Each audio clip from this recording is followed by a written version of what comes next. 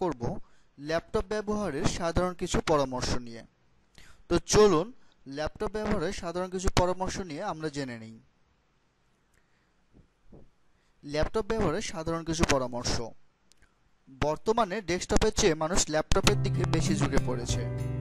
সহজে পরিবহনযোগ্য হওয়ায় আর ডেস্কটপের সাথে তেমন কোনো পার্থক্য না থাকায় ডেস্কটপের ব্যবহার কমে যাচ্ছে দিন দিন।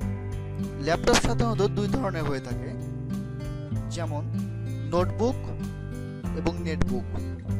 তো এই দুই ধরনের ল্যাপটপ সম্পর্কে আমি একটু আলোচনা করব আপনাদের সাথে।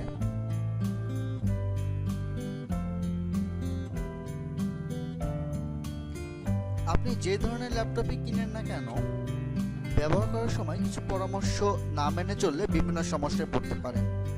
চলুন জেনে নেওয়া যাক ল্যাপটপ ব্যবহারের সাধারণ কিছু পরামর্শ। সবসময় ব্যাটারি চার্জে লাগিয়ে ব্যবহার করবেন না, তাহলে ব্যাটারির সমস্যা হতে পারে এবং মাঝে মাঝে চার্জ ফুল থাকলে চার্জার থেকে ল্যাপটপ সরিয়ে নেবেন।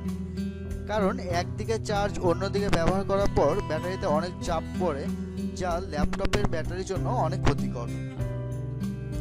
আমরা অনেকে ধারণা করে থাকি ল্যাপটপে চার্জার লাগানো অবস্থায় ব্যবহার করলে তেমন কোনো প্রবলেম হয় না, অথবা চার্জার সারাদিন লাগায় রাখলে ল্যাপটপের ব্যাটারির জন্য সেটা আরও বেটার। কিন্তু আসল পরামর্শটি হলো আপনি অবশ্যই ল্যাপটপে ফুল চার্জ থাকলে চার্জারটি খুলে রাখবেন, যাতে ল্যাপটপের ব্যাটারিটা অধিক চাপ না হয়, এবং আপনি ল্যাপটপের চার্জ তখনই দেবেন যখন চার্জটা শেষের দিকে চলে আসে, ঠিক তখন। দ্বিতীয় পরামর্শ হলো ব্যাটারি অনেক দিন ল্যাপটপে লাগানো থাকলে মাঝে মাঝে পাওয়ারের সমস্যা হতে পারে, তাই অন্তত 2-3 মাসে একবার ব্যাটারি কানেক্ট লাইন পরিষ্কার করা প্রয়োজন। নাম্বার 3, ল্যাপটপ আর ডেস্কটপ বলে আলাদা কিছু নয়, সবসময় ভালো মানের অ্যান্টিভাইরাস ব্যবহার করবেন। সরাসরি সিডি বা ডিভিডি ডিস্ক থেকে ভিডিও অথবা অডিও প্লে না করে আপনার হার্ড ডিস্ক থেকে প্লে করুন।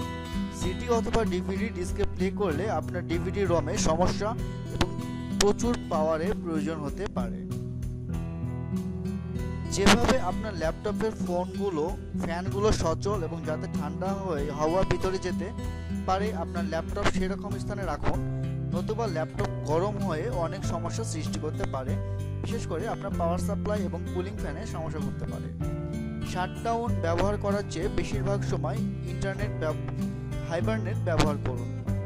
অপ্রয়োজনীয় প্রোগ্রাম বন্ধ করবেন এবং কিছুদিন পর পর সি ক্লিনার দিয়ে আপনার র্যাম ও হার্ড ডিস্ক পরিষ্কার করবেন এবং ডিস্ক ডিফ্র্যাগমেন্ট ব্যবহার করবেন। দরকার পড়ে না এমন সফটওয়্যার আনইনস্টল করে রাখাই ভালো। আশা করি কম্পিউটারের বেসিক পরামর্শগুলো জানতে পেরেছেন।